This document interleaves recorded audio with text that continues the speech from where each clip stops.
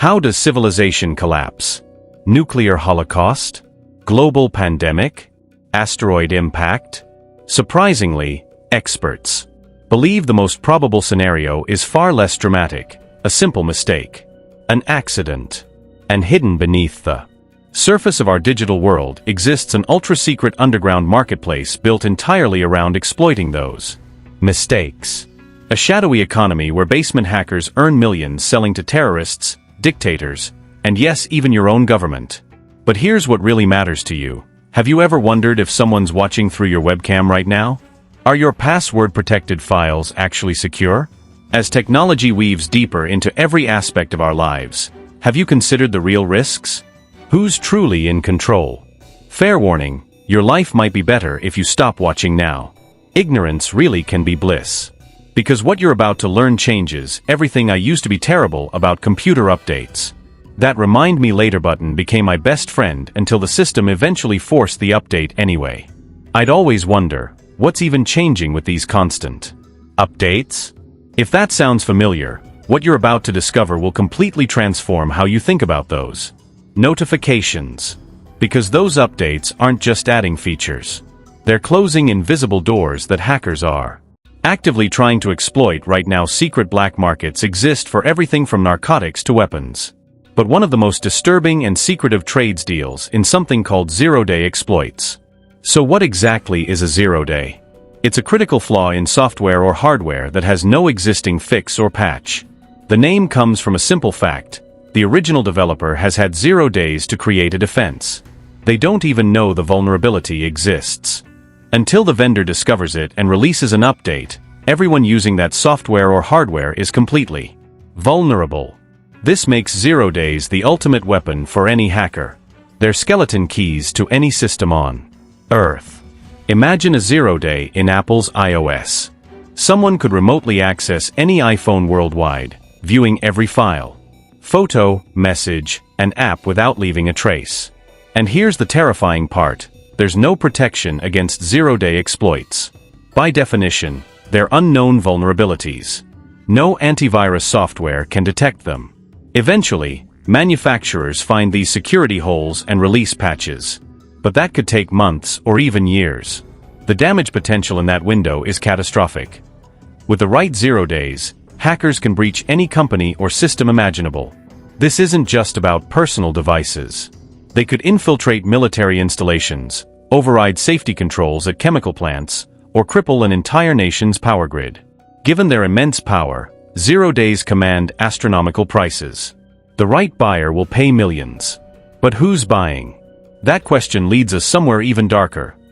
The story begins in the 1980s and 90s when hackers discovered bugs in various software programs. Most were just curious hobbyists wanting to understand how code worked and find vulnerabilities. When they found mistakes, they'd typically contact companies like Microsoft or Oracle to report the flaws. But these tech giants weren't grateful. They viewed hackers as criminals and nuisances. They certainly didn't want attention drawn to product flaws, so they threatened legal action. This hostile reaction created massive frustration among hackers trying to do the right thing. The threats bred resentment that converted many white-hat hackers to black-hat. When companies refused to listen, some hackers started publishing bugs publicly online through services like BugTrack. Microsoft compared them to terrorists. In 2003, a security company called iDefense saw an opportunity. They started paying hackers directly for discovered vulnerabilities, often small amounts around $100. This incentivized ethical bug sharing. iDefense would notify vendors so flaws could be fixed while offering clients temporary workarounds for protection. The business model worked brilliantly, but it birthed the 0-day market where vulnerabilities became commodities. Soon, iDefense faced competition. Government contractors and intermediaries started approaching hackers on forums with dramatically higher offers, tens or hundreds of thousands of dollars for the right exploit. One critical condition: absolute silence. 0 days only retain value if they remain secret. Once vendors patch security holes, hackers lose access. So for government agencies paying 6 figures, discretion was paramount. The first rule of the 0-day market: you don't talk about the 0-day market. Bug submissions to iDefense dropped sharply. Hackers began hinting they had better options. Here's the truly disturbing part. Transactions typically happen through brokers. Hackers usually have no idea who's buying or how exploits will be used. You're dealing with a middleman. You might hope your discovery goes to your own government to spy on terrorists and prevent attacks. But it could just as easily be sold to a rogue nation that uses it to trigger explosions at chemical plants, killing civilians. There's no way to know. That's why zero-day sellers have been called merchants of death, selling bullets for cyberwar. Edward Snowden's leaks revealed the United States as one of the biggest players in this market. Documents suggested the NSA had acquired a massive library of invisible backdoors into virtually every app, server, and system imaginable. They could breach devices even when powered off. Now essentially every country actively participates in the zero-day market. Initially, governments hoarded exploits for espionage. But as we integrated the same software into factories, nuclear plants, power grids, and pipelines, zero-days became weapons for cyberwarfare. The same exploits used against enemies can be turned against you. Most of the world uses identical technology. Tech companies embraced move fast and break things, but this means hastily written code contains more exploitable bugs. Interestingly, companies have changed their stance toward hackers. Instead of viewing them as enemies, they've realized hackers provide cheap quality assurance. Many now offer bug bounty programs paying for discovered vulnerabilities. The problem? Zero-day brokers pay significantly more money. Companies essentially trust hackers will accept less money by reporting bugs directly for patches rather than selling to brokers. Take Zerodium, a zero-day broker that publicly shares their price list. Most brokers are secretive about clients and prices, but Zerodium transparently pays between $2 and $2.5 million for Android or iOS zero-days, allowing full device access without user interaction. This is the holy grail, accessing almost any device invisibly. There's a thriving market for zero-day exploits as cyber weapons of mass destruction. And the damage they can inflict isn't hypothetical. It's already happened. 2010. Iran's nuclear program headquarters, where they're developing nuclear weapons. Unknown to them, they've been infected with the world's most sophisticated cyberweapon, a malicious worm called Stuxnet. The attack used 4 zero-day exploits chained together. It began when someone plugged an infected USB drive into a Windows computer. Exploiting a Microsoft vulnerability, Stuxnet spread from a USB to the computer undetected using a separate printer zero-day. Stuxnet accessed the facility's local network and spread throughout the plant. Even though the network was isolated from the internet, these zero-day vulnerabilities allowed Stuxnet to burrow deep into systems until it found its target. Then Stuxnet overloaded Iran's uranium centrifuges, spinning them out of control until they overheated and self-destructed. Real physical damage from code. The genius part? The code reported normal centrifuge speeds on monitors. To Iranian scientists watching screens, everything appeared fine. By the time they discovered the worm's responsibility, approximately 1/5 of their centrifuges had been destroyed. Experts estimate Stuxnet set Iran's nuclear program back several years. Nobody officially claimed responsibility, but experts concluded Stuxnet was a joint United States-Israel operation. The consequences cannot be overstated. This was the world's first cyberweapon of mass destruction. A former NSA director compared it to the first atomic bomb. A new weapon existed, and there was no going back. It demonstrated what countries could achieve with combined zero-days. It was almost an advertisement for cyber weapon potential. After Stuxnet's 2010 discovery, the zero-day market flooded with buyers, including countries with horrific human rights records. The cyber arms race had begun May 12, 2017.